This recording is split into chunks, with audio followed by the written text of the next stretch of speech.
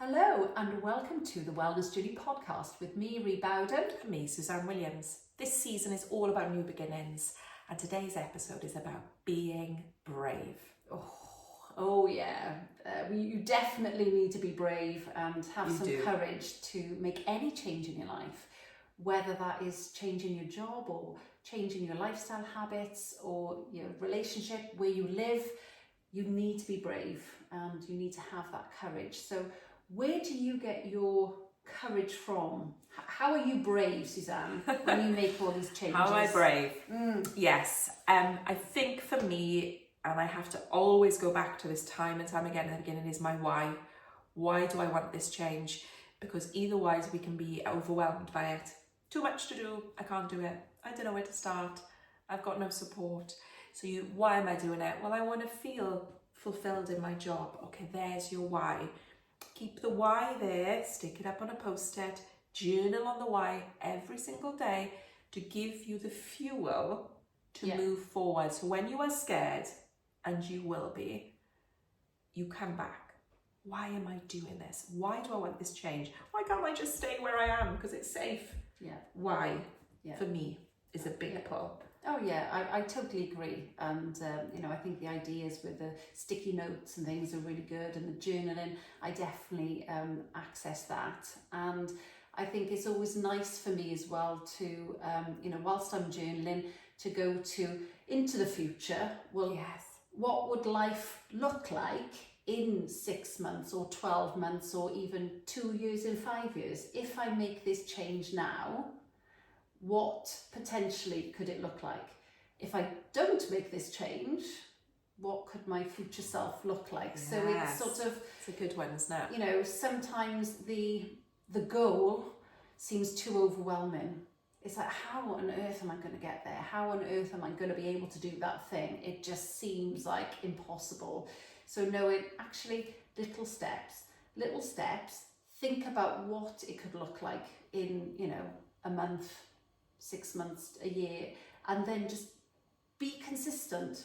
Being consistent with, and sometimes when you write down goals and have a plan, this is what I'd like to achieve this week or this month or in 3 months, when you have it spaced out, and I've done that for 2025, I've got little goals that I want to achieve, so I have to get up and do those things.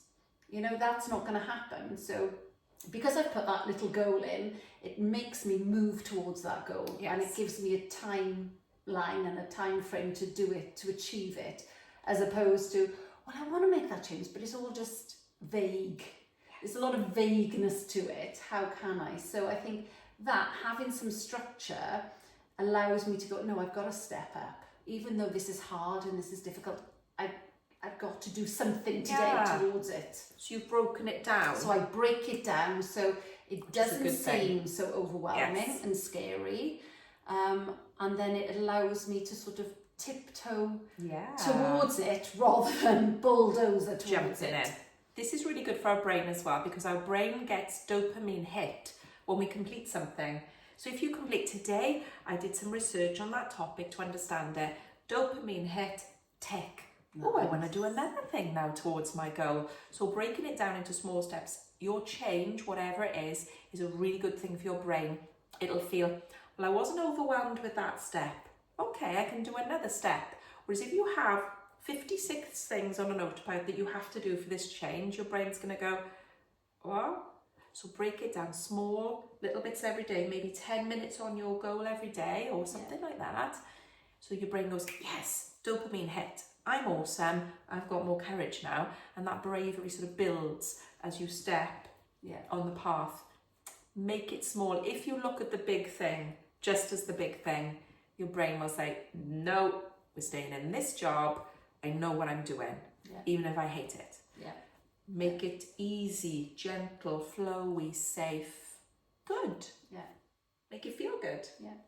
Dopamine, hitting it. And I also think as well, doing hard things creates that sort of resilience and that bravery, and allows you, so hard things could be anything, it could be that, like for me, I've gained a hell of a lot out of running over the years. because I did hard things through running, so whether it's, I mean, I've gone all the way up to a marathon, but in terms of whether I'm training to get under, you know, an hour for a 10K or training for a marathon, you are going to feel discomfort. It's going to be uncomfortable, and you have to override that with your brain. So doing hard things then gives you that confidence boost that, oh, that was uncomfortable, but I did it. Yes. Yes. So it enables me in other areas of my life to replicate. So feeling discomfort is okay, and doing uncomfortable things is good because it creates resilience, and it makes you more courageous. It makes you to be just more brave in this world. Absolutely. And you're proving to your brain, I can do things. So even if right now you're thinking change is big, you'll have made a change in your life, I guarantee that, otherwise you'd still be a baby. How did you do it? How did you overcome it? Prove yourself, I did that. And there's a growth mindset affirmation now that says for children in all schools in the UK and maybe other places, I can do hard things. So when someone's saying, oh, I can't do meditation, it's too hard, I'm one of those people, I just can't do it, you say to your brain, hang on, I did that hard thing, I became a mum, or I became a dad, or I went to university, or I started a job. You can do hard things. So your brain goes, yeah, I can actually, can't I? I can do hard things. So this new thing, which seems hard right now, won't be as hard because you've done hard things before. And that's cool. I have done hard things. I can push through discomfort. I can. So I can do it here, but I'm going to make it nice for me as well. I'm going to get some dopamine flowing. I'm going to feel today that I did one thing towards my dream, and that's awesome. I did it today. Really awesome. And maybe put a smiley face on your notebook. I did that thing today. I spoke to that person. I sent that email. Just that one, but it's a step. Yeah. And you build confidence and bravery and courage from that. Absolutely. And I love the reinforcement as well of, so I've got a little, a jar that every week now we put in, you know, our achievements or little accomplishments, or, you know, what was good this week, what did we do? And little things like that you can then go in and read them. Oh, yes. Because as we said earlier, your brain does want to go to the negative, and it does want to go to, you know, what went wrong today, or what went wrong this week, or what haven't I done, or what could I do better. So having that positive reinforcement of, but I achieved this and I did that, and all week I've taken the stairs in work rather than using the lift. Yes. You know, I've chosen the harder way to get to my office. So I can do that. So if I can do that every day and I've been consistent all week, then I can go and do the next hard thing.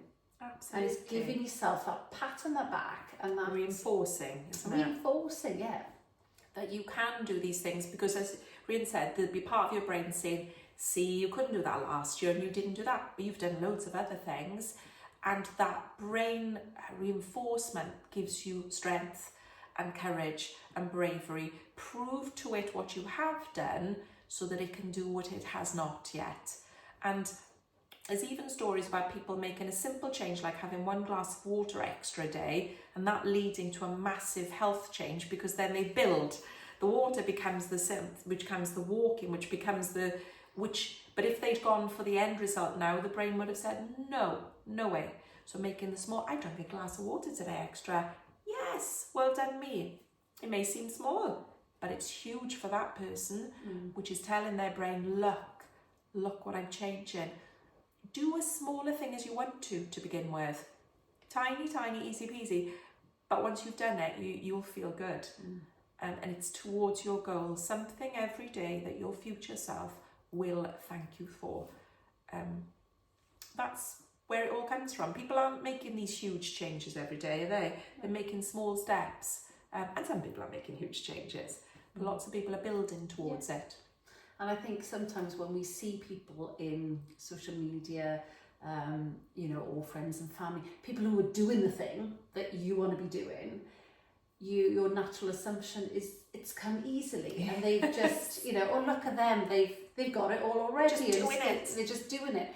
But behind the scenes is years and years of making those changes, putting those little steps in. Yes. Nothing just happens instantly. People are doing little things behind the scenes to change it, even if it's just, as you said, that glass of water, or that, you know, committing to 5 minutes of meditation every day, or going for a walk every day. Yeah. Walking to work, you know. Leaving your car further away from work, so you just walk an extra couple of 100 steps is a good change. Yeah.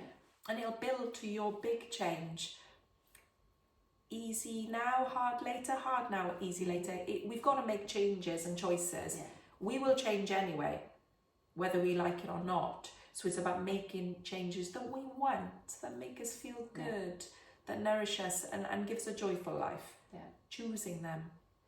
And I think in some ways, Suzanne, I think how we live now, we live so comfortably. When we think about, you know, what our parents, our grandparents, our great-grandparents had to do on a daily basis, and we live so comfortably that we can just be sitting, pressing a button with TV on, lights go on, you know, ordering a takeaway.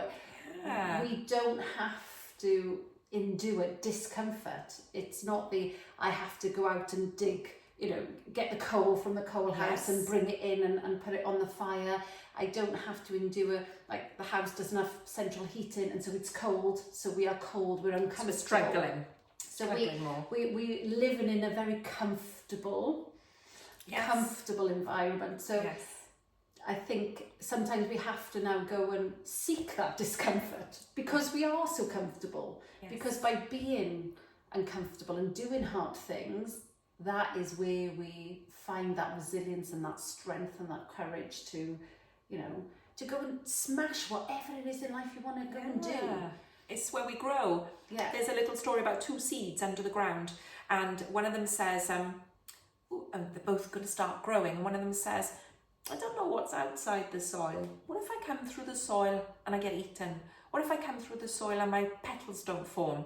So it stays there. The other one decides to grow and is looking through the new, the light, the exploration of the unknown. Both seeds. One of them is deciding to see the discomfort and experience the unknown. The other's going, I'm safe where I am and will never grow and will never be that flower, that plant that it is born to be. And quite like that story. It really helped me to realise that it's a choice. Either choice will result in a change, because obviously that seed will never grow, but it's the change that we want, we deserve, we are worthy of. But the discomfort is part of the growing. Yeah. And it's also matched with joy as well. Yeah. When you tick off that thing from your list today, you did that glass of water. Yes, brilliant. Make yourself feel good. Praise yourself. Give yourself that encouragement. Don't make it too hard, or your brain will find it too much. Yeah. So give it a bit of both. Yeah. Definitely. So change is good. We always talk about intentions on here, and we like to set an intention for the week. So based on what we've talked about and being brave and tapping into that courage, what would you recommend as an intention? I like the growth mindset one. I can do hard things. I quite like that general one for me. So it covers lots of things. Yeah. So it's quite general. I can do hard things. I can do hard things. I can do hard things. Yeah. What about you, Rhi? What? Along the way, I've used very simple things like I am brave. Yes. I am strong. I am courageous. So just the I am, and whatever it is that you feel you're not. Yeah. I am this, I am that, I will be. I know I can be. Yeah, so I like anything with an I am, and I usually stick those up on post-it notes or write it, say it, speak it, look in the mirror and look myself in the eye and sort of say, I am brave. Yeah, looking at yourself really connects. And sometimes when I first start teaching people, they say, I can't look myself in the eye when I say it because it's too far away. Yeah. So start softly and look at yourself, and then build the affirmation to build that connection with yourself. And I have mine on my laptop when I'm typing. I can see my affirmations that I'm working at the moment as I type away. So they're always there, so your brain's listening, looking, vibing, all the time. And sometimes some tapping whilst I'm doing it Tapping as is well. lovely, yeah. So using some tapping sensations, so tapping on various different points of the Yeah. body whilst just saying those affirmations. Absolutely. I am brave. Yeah. I can do hard things.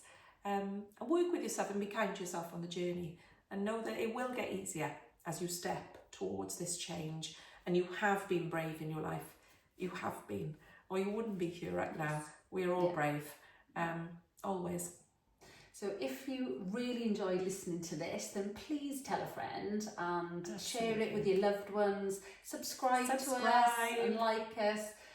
We're now on Spotify and Amazon and Apple. Obviously as well as YouTube. So please share the love and just know that you are awesome. Now and always have been and always will be. Yeah. Thank you so much for listening. So thanks for listening and sending lots of love. Sending love.